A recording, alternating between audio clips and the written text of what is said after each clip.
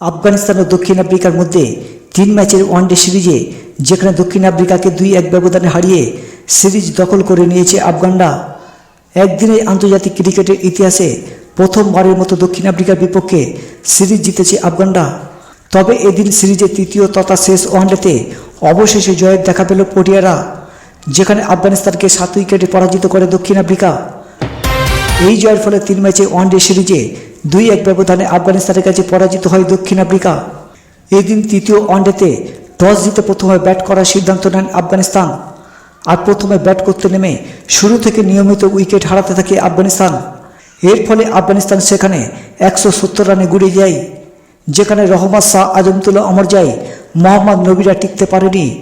দলের হয়ে একমাত্র ব্যাটার রহমানুল্লাহ গুরবাজ 89 রানে দুর্দান্ত এক ইনিংস খেলেন।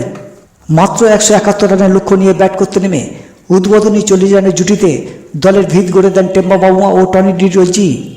এরপর 26 রান করে আউট হন টনি ডি রোজি, আর অপরদিকে 22 রান করে আউট হন টেম্বা বাউমা।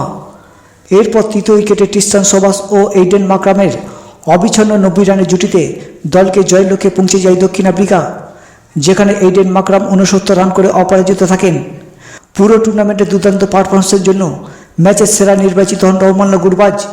শুধু তাই নয়, পুরো সিরিজে যেখানে গুরবাজ মোট 197 রান করেন, যার ফলে তিনি প্লেয়ার অব দ্য সিরিজও নির্বাচিত হয়েছেন।